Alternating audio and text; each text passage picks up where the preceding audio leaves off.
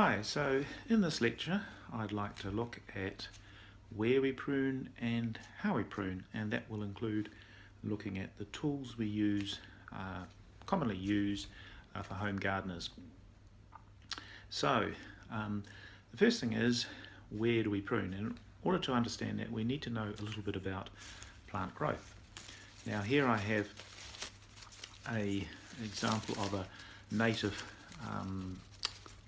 Purudikawa, native to New Zealand, and the three components of the plant you need to know. The first thing is what we call the tip growth, apical meristem, the tip.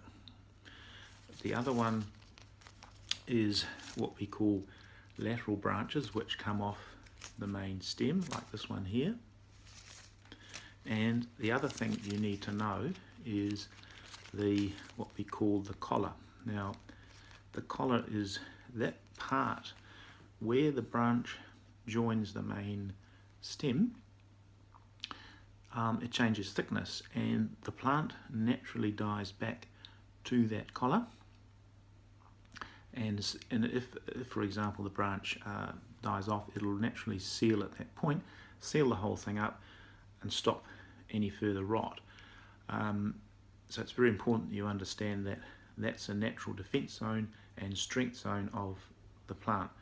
Now, there was a period when people used to suddenly start flush cutting, as you would when you're doing carpentry cuts, but with plants you need to do it to the collar, and you'll see that the collar is at a slight angle. It's not flush with the main trunk as you would if you were building a house.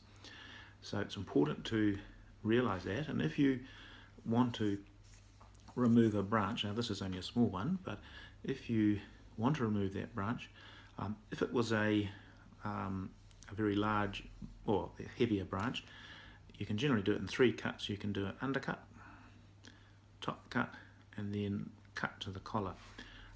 The reason being that if it's a heavier branch and you just cut it off, there's a possibility that it will rip all the way down the stem.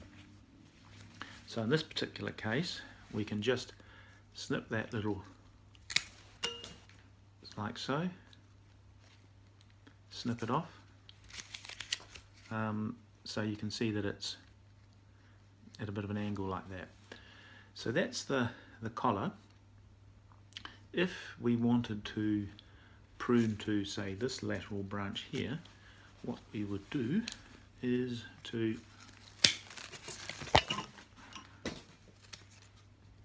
cut like so. Just have to tidy that up. I don't know if you can see that, but then we're actually doing a sloping cut away from the branch that we want, and that will then continue to grow there. So you're directing the growth that way. So that's what we call a lateral branch. And then the other thing is, if we want to take out the tips, like so, you just snip the tip. Sometimes you can just do it with your thumb and forefinger. If you do that, it will encourage growth further down. So these little buds down below here will start to grow, and it will thicken up. And that's particularly relevant when we look at, for example, hedges, where we want to try and get more growth from down below and thicken it up and make a dense growth. So we'll talk about that when we look at hedges. But just to recap, we have collar cuts, which are mostly sloping, are wider at the base. We have cutting to a lateral branch, where you want to direct the growth. And we have tip growth, removing the tip growth, what we call tip pruning. Now, that's the 3 areas where we prune. How do we prune? Well, the main tools you need for the home gardener, the first one is secateurs, such as these ones, and I like red ones because green ones tend to get lost in the greenery when you're doing your work. It's easier to stand out when it's red. Get a good handle, good spring, a strong catch, so it's easy to open and shut. Some of them are quite difficult to do that. And get a good blade. You want good quality, otherwise they'll break under pressure. So better to spend a bit more, get a good pair of secateurs, keep them sharp, keep them clean.